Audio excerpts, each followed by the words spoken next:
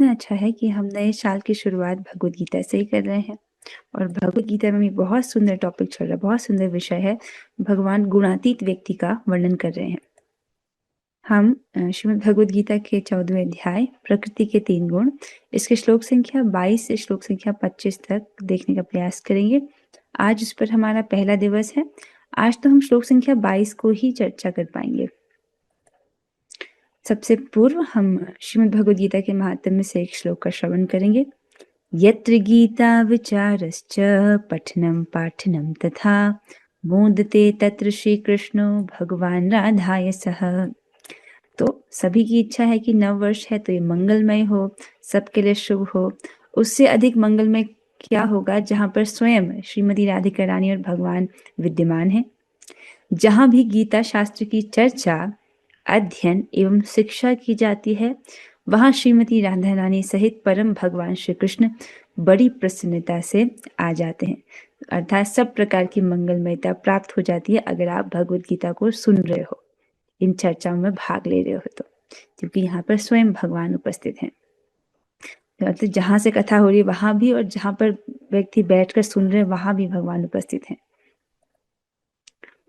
इससे पूर्व हम श्लोक में जाएं। नया वर्ष शुरू हुआ है, कुछ बातें हैं जो आपके साथ शेयर करनी आवश्यक है।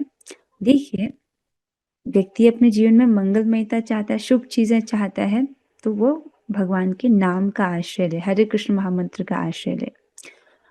इस वर्ष हम अपनी भक्ति कैसे बढ़ाएं? देखिए, मुझे एक ही बात को हाईलाइट करना है आपसे, वो है संपूर्ण हृदय से। एक शब्द पकड़ लीजिए, संपूर्ण हृदय से। इसका क्या अर्थ है कि देखिए, आप भक्ति तो कर रहे हैं, विभिन्न प्रकार की सेवाएं भी कर रहे हैं।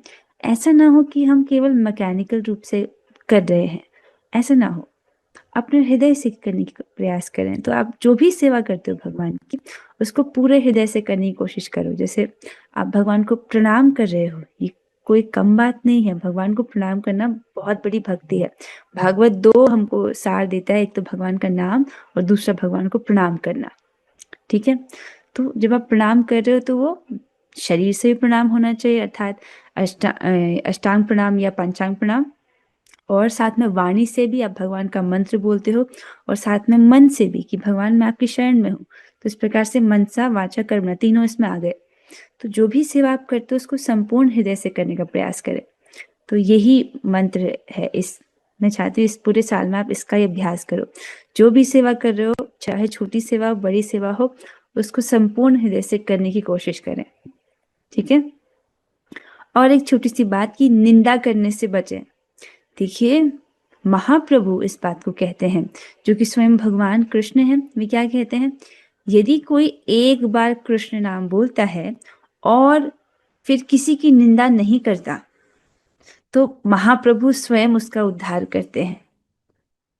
आप इस बात को समझ रहे हैं? आप एक बार अपने भगवान का नाम ले लिया और दोबारा अपनी जीवा से किसी की निंदा नहीं की, तो तो भगवान उससे इतना प्रसन्न होते हैं कि भगवान कहते हैं कि मैं स्वयं उसका उद्धार करता हूँ। तो कोशिश करें कि इस वर्ष हम निंदा नहीं करें। ये 2 चीज पकड़ें, एक तो संपूर्ण हृदय से सेवा को करना है और निंदा नहीं करनी है। और ध्यान रखें कि आप अपराधों से सावधान रहें। सेवा अपराध, नाम अपराध, वैष्णव अपराध, इनसे बचें।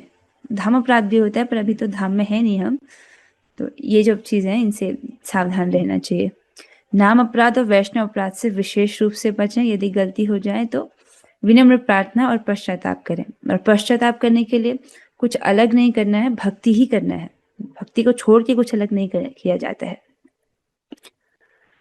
और एक मैं ये चाहती हूँ कि आप ये प्रार्थना सीख लें। ये बहुत सुंदर प्रार्थना है जो महाप्रभु ने हमको सिखाया है।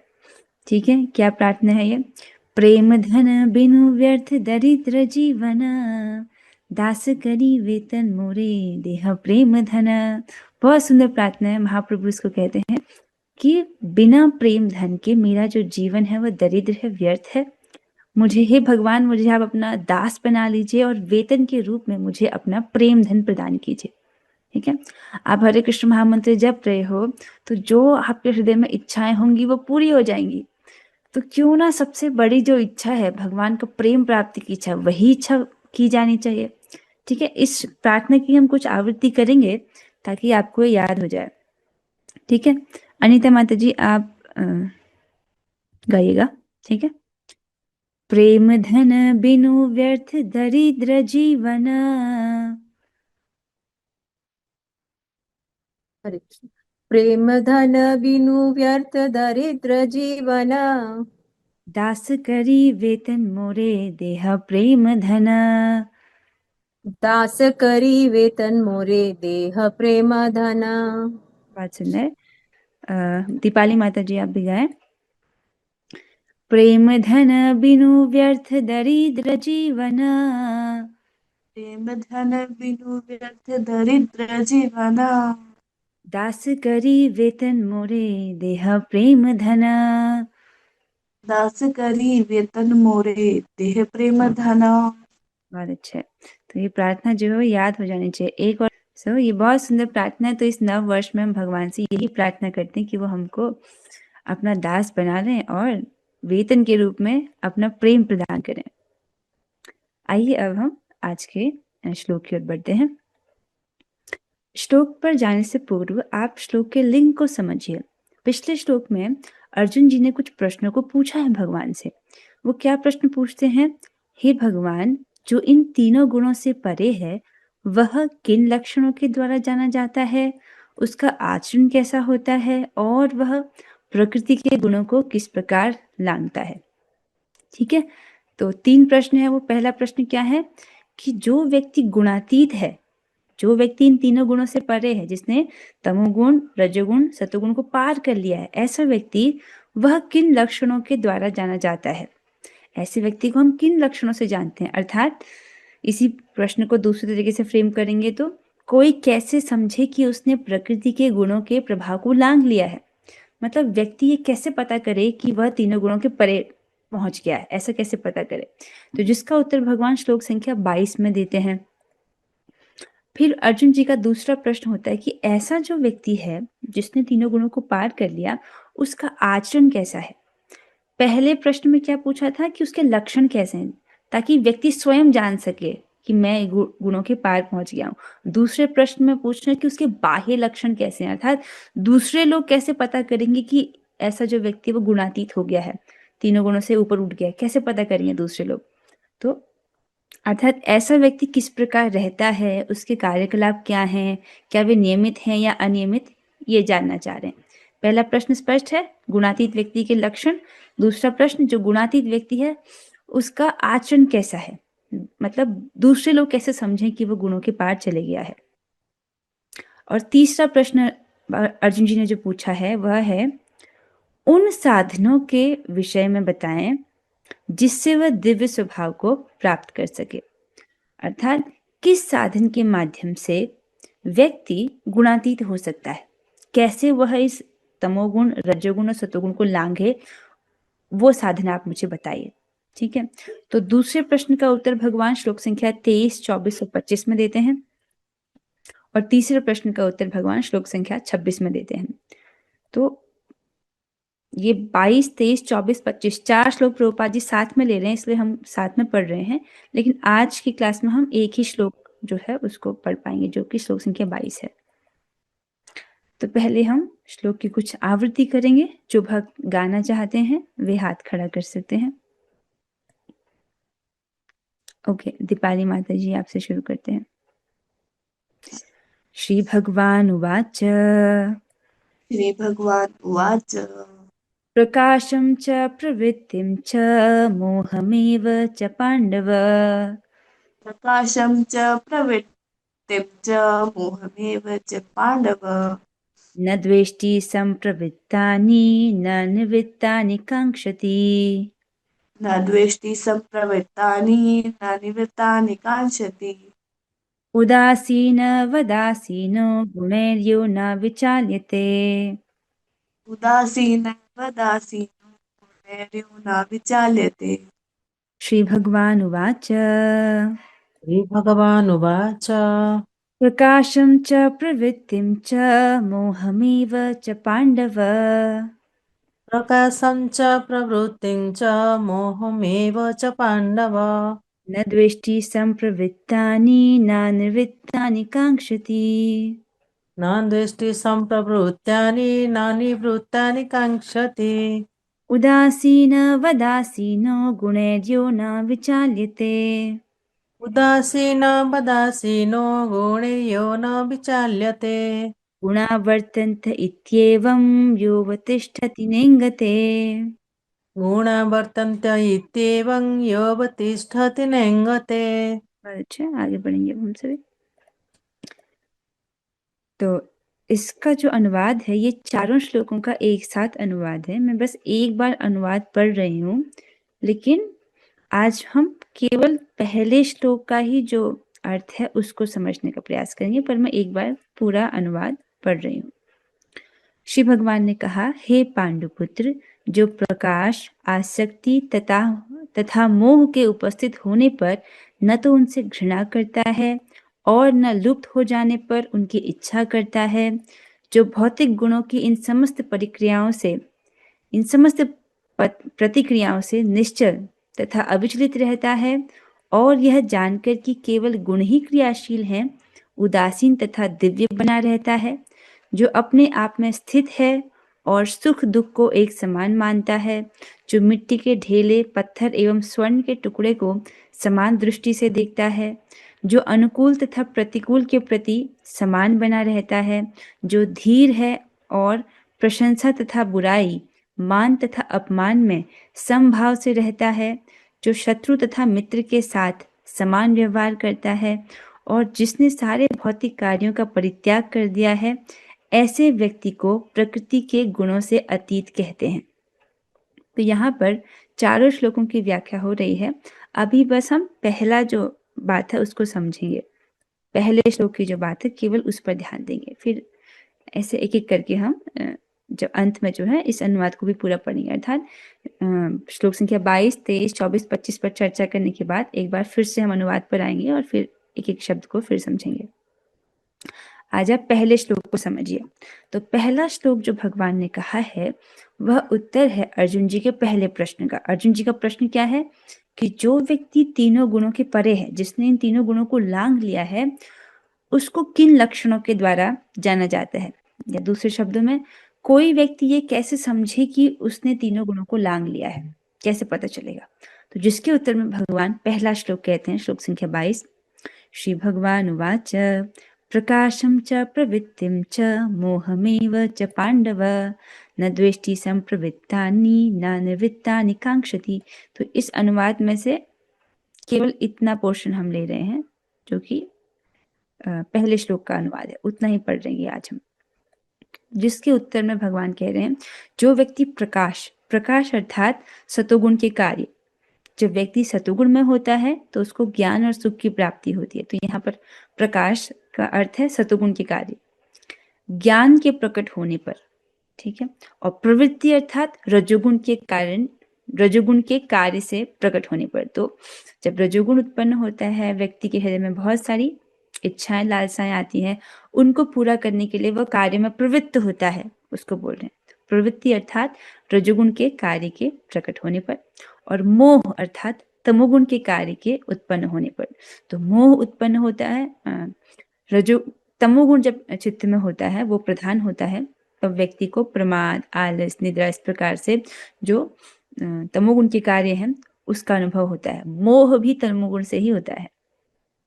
तो इस प्रकार से प्रकाश, प्रवृत्ति और मोह के उत्पन्न होने पर, जो कि तीनों गुणों से उत्पन्न होते हैं, उनसे घृणा नहीं करता है, ठीक है, और न लुप्त हो जाने पर उनकी इच्छा करता है।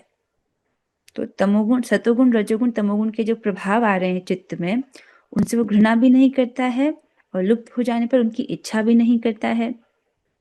तो ऐसा व्यक्ति जो इस प्रकार के राग और द्वेष से मुक्त होता है, तो वह व्यक्ति गुणातीत कहलाता है, ठीक है।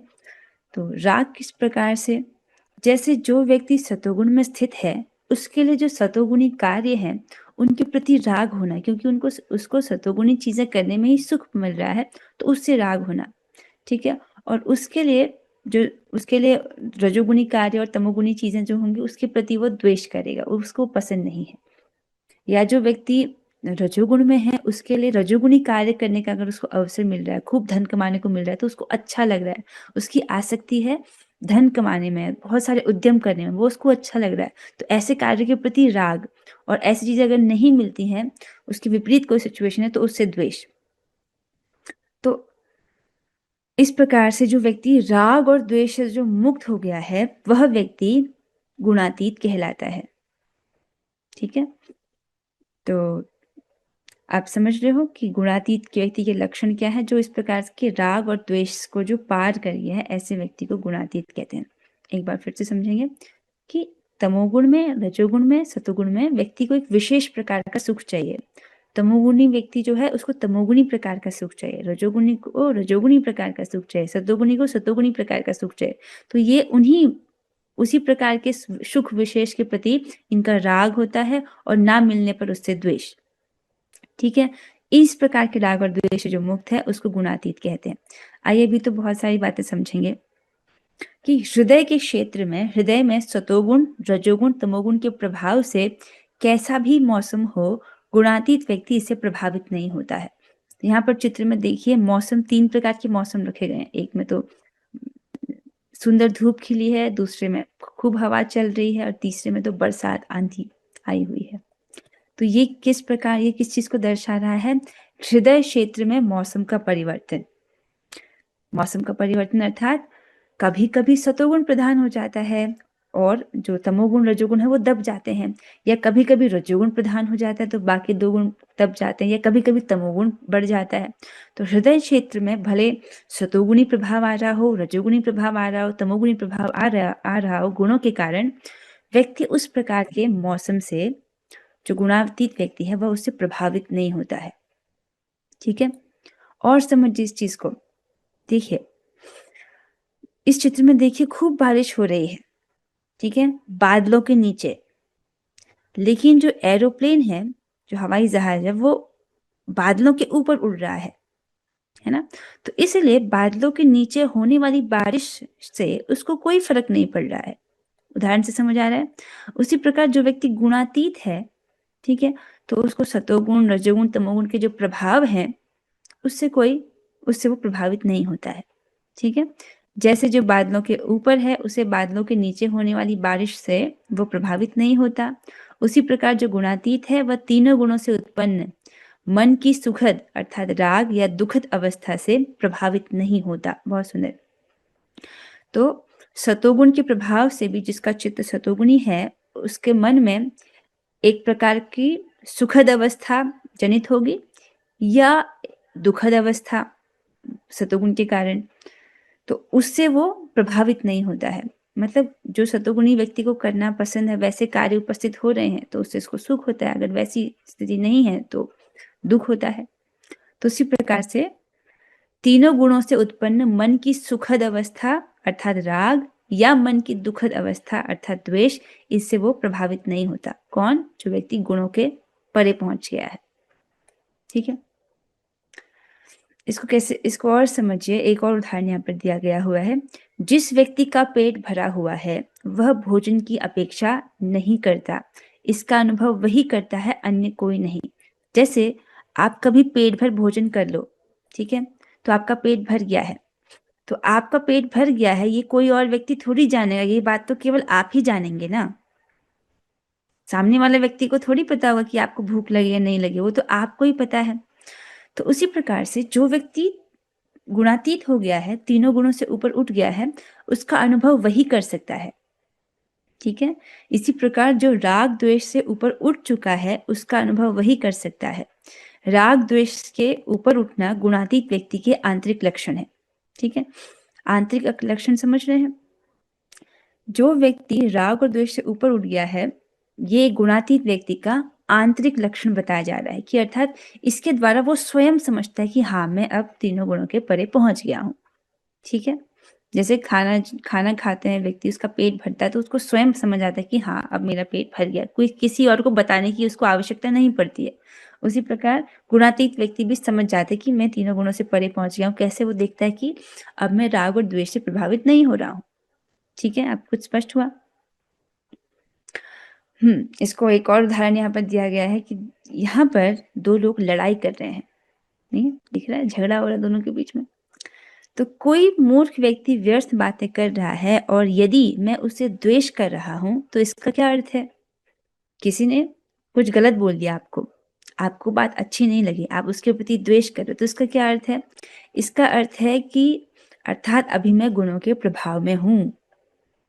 जैसे बादल बरस रहे हैं और मैं भीग गया, अर्थात मैं बादलों के ऊपर नहीं हूं। अगर लोगों की बातों से भी फर्क पड़ रहा है, अर्थात वो जब आपको बुरा भला कह रहे हैं, आपको बुरा लग रहा है बुरा सुनने पर, इसका मतलब अभी आप गुणों के, अभी हम जो है गुणों के भीतर ही हैं, गुणों के पार अभी हम नहीं पहुंचे हैं। ये तो सिंपल है समझना। ये तो व्यक्ति खुद देख सकता है कि आपको कि अपनी बुराई कहाँ तक सुनना पसंद है। अगर फर्क पड़ रहा है इसका मतलब अभी भी गुणों के भीतर ही हैं। ठीक है, अब यहाँ पर एक सुंदर सा श्लोक दिया गया है श्रीमद् भागवतम के दशम स्कंद के 84वें अध्याय के 13वें श्लोक को दिया गया है। ये श्लोक स्वयं भगवान श्री कृष्ण कहते हैं। ठीक है, वो इस श्लोक में व्याख्या करते हैं कि गधा कौन है, भगवान किस व्यक्ति को गधा कहते हैं, उसका वर्णन यहाँ पर है।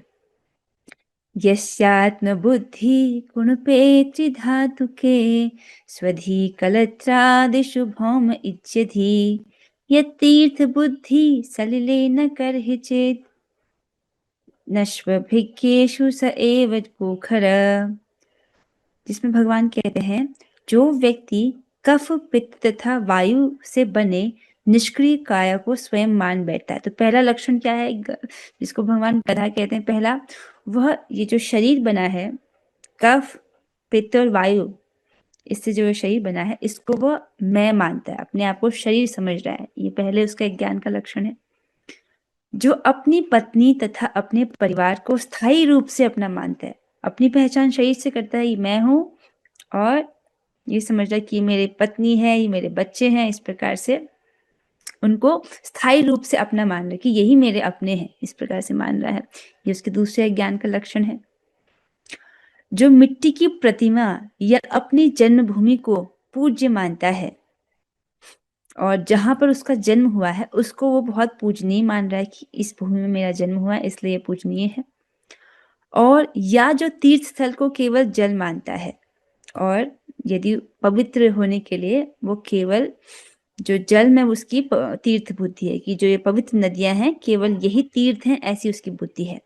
ठीक है, ये नहीं कहा जा रहा कि पवित्र नदियां तीर्थ नहीं है, पर ऐसा जो व्यक्ति है वो उसकी बुद्धि है कि केवल जल ही तीर्थ है, ऐसा वो समझ रहा है, अर्थात पवित्र नदियों को ही तीर्थ मान रहा है। किंतु आध्यात्मिक ज्ञानियों को अपना ही स्वरूप नहीं मानता, उनसे संबंध का अनुभव नहीं करता, उनकी पूजा नहीं करता अथवा उनके दर्शन नहीं करता। अर्थात केवल जल में उसकी तीर्थ बुद्धि है कि मैं इस पवित्र नदी में स्नान करूंगा तो मैं पवित्र हो जाऊंगा। और जो भगवान के भक्त हैं, जो आध्यात्मिक ज्ञान से युक्त हैं, जो भगवान के विषय में ज्ञान देने में सक्षम है, ऐसे लोगों को अपना स्वरूप नहीं मानता, उनको वो अपना नहीं मानता है, उनसे संबंध का अनुभव नहीं करता, ये नहीं समझ पा रहे कि ये मेरे कितने बड़े हितैषी हैं, उनकी पूजा नहीं करता अर्थात उनको आदर नहीं करता है, उनके दर्शन नहीं करता है। तो ऐसा व्यक्ति गाय या गधे के तुल्य है।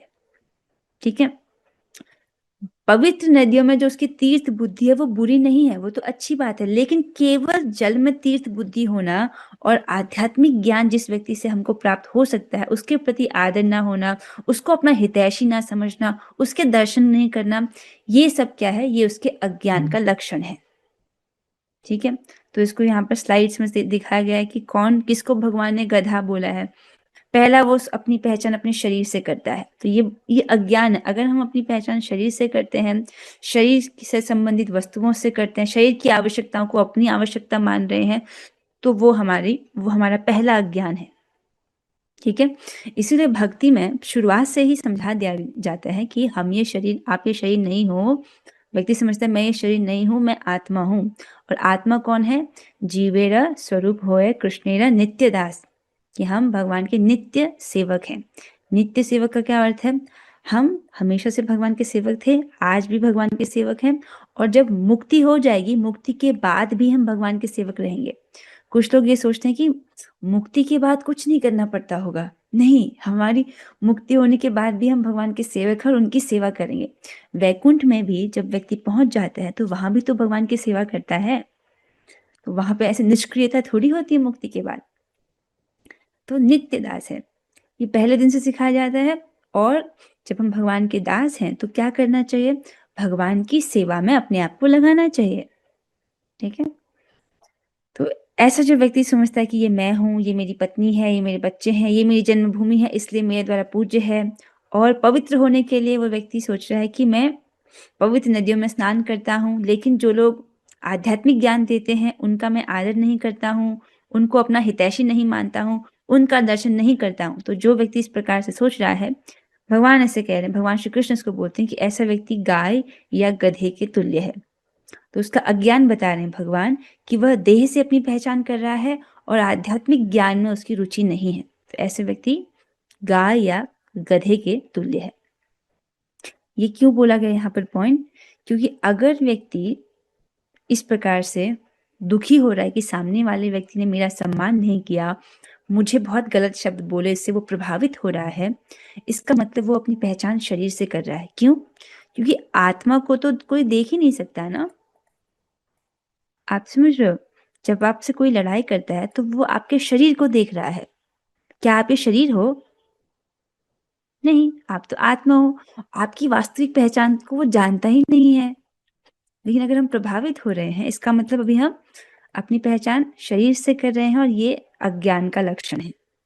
ठीक है, अब यहाँ पर एक गुणातीत व्यक्ति का उदाहरण दिया जा रहा है, जैसे कि जड़ भरत।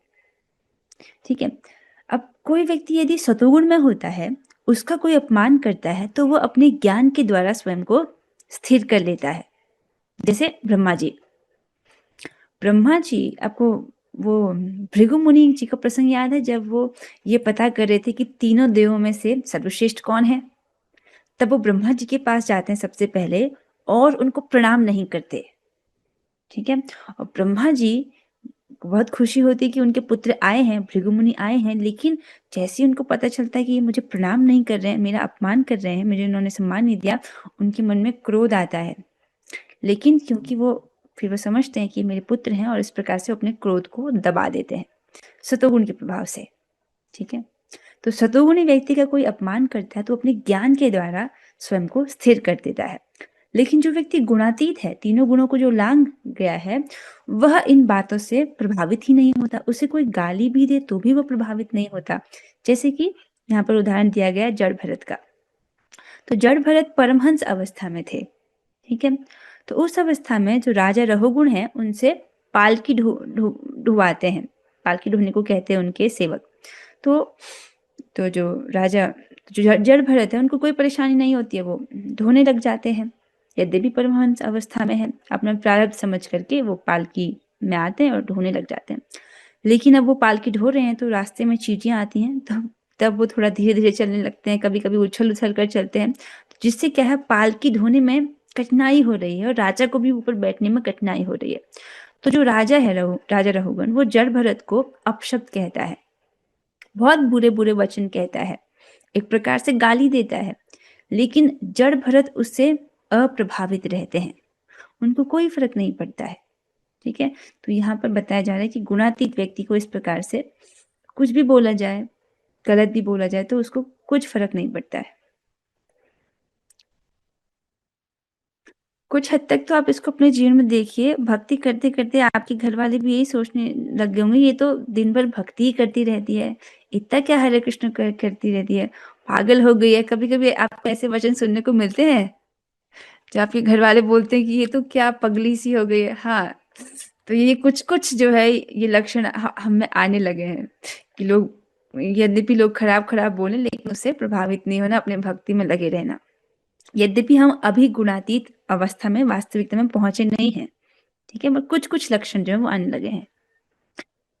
अब यहाँ पर समझे, निर्गुण या गुणातीत होने का क्या अर्थ है? क्या अर्थ है इसका? सिंपल भाषा में यहाँ पर बताया गया है, यदि इस कार्य से श्री भगवान सुखी होते हैं तो मैं उसे करूंगा। ये सिंपल सा तरीका है गुणातीत होने का।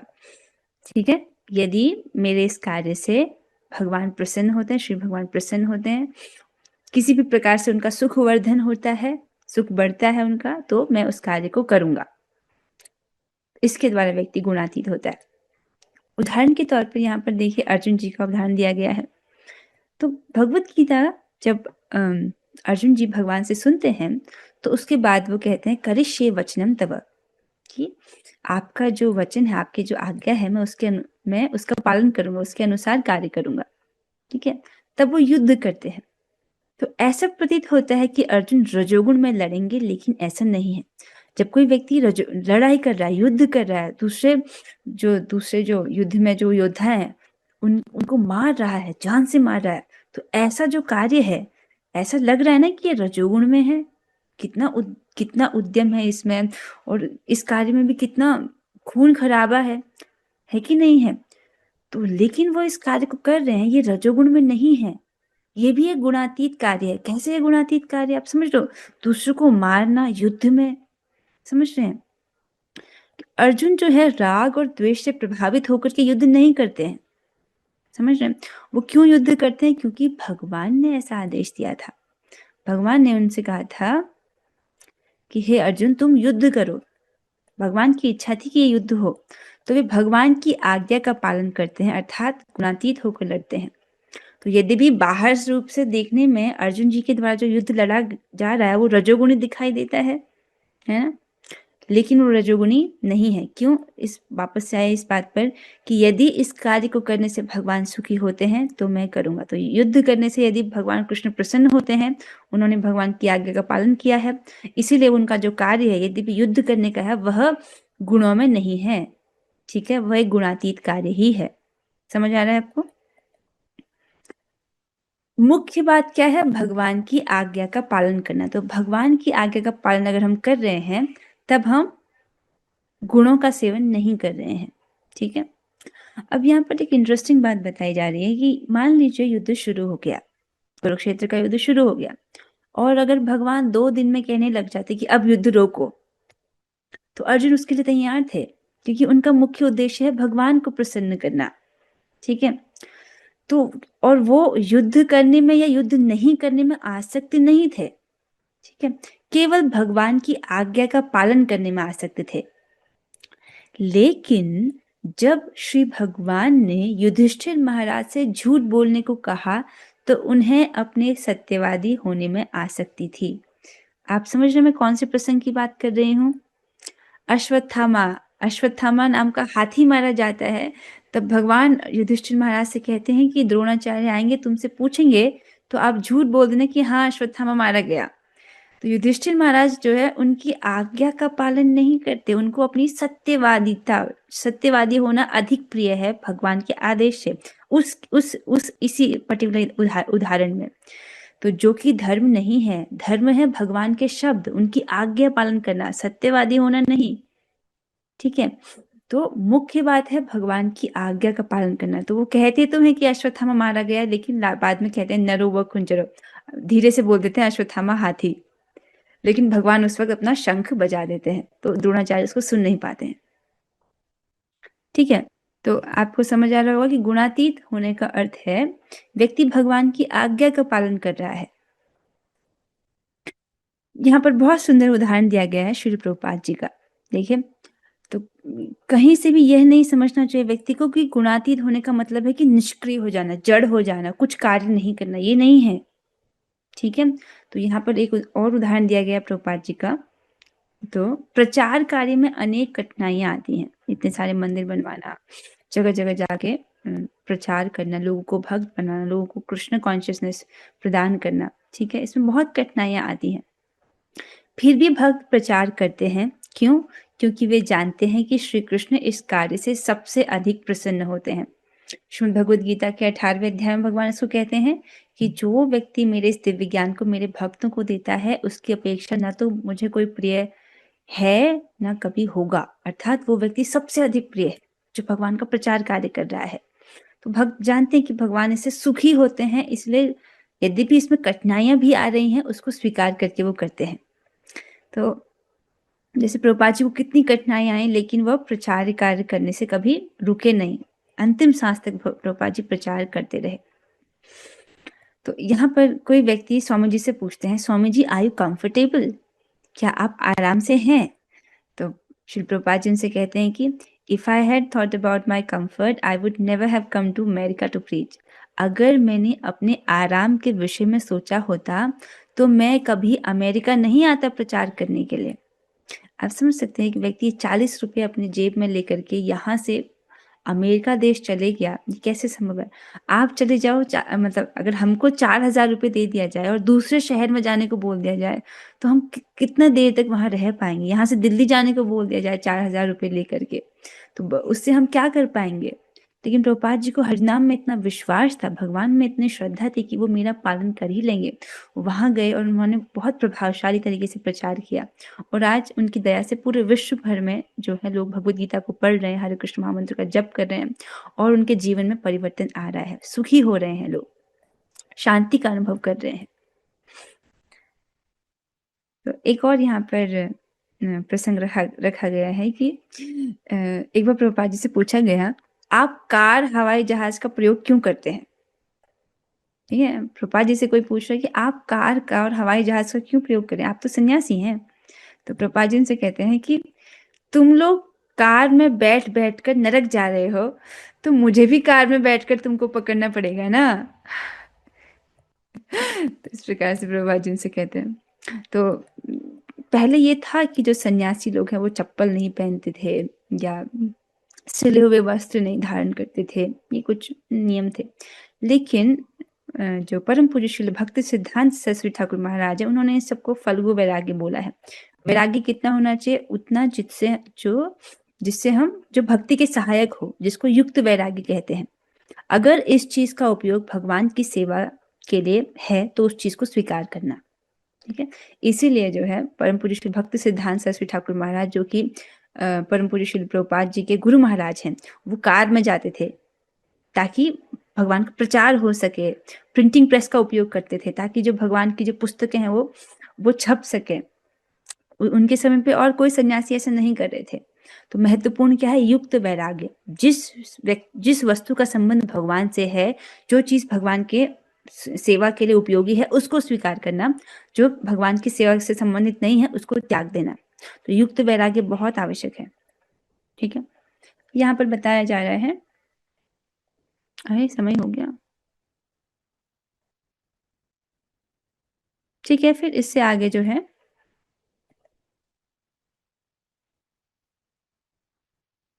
इससे आगे हम कल पढ़ते हैं, थोड़ा सा इसको पढ़ लेते हैं। यहाँ पर बताया गया कि जंगल सतोगुण में है, शहर रजोगुण में है और मदिरालय तमोगुण में है, ठीक है, ऐसे बताया जाता है। और भगवान का जो धाम है वो निर्गुण है, ठीक है। जो श्री धाम, वृंदावन, मायापुर, नवदीप, ये सब आदि जो धाम है, ये सब निर्गुण अवस्था में है, निर्गुण है।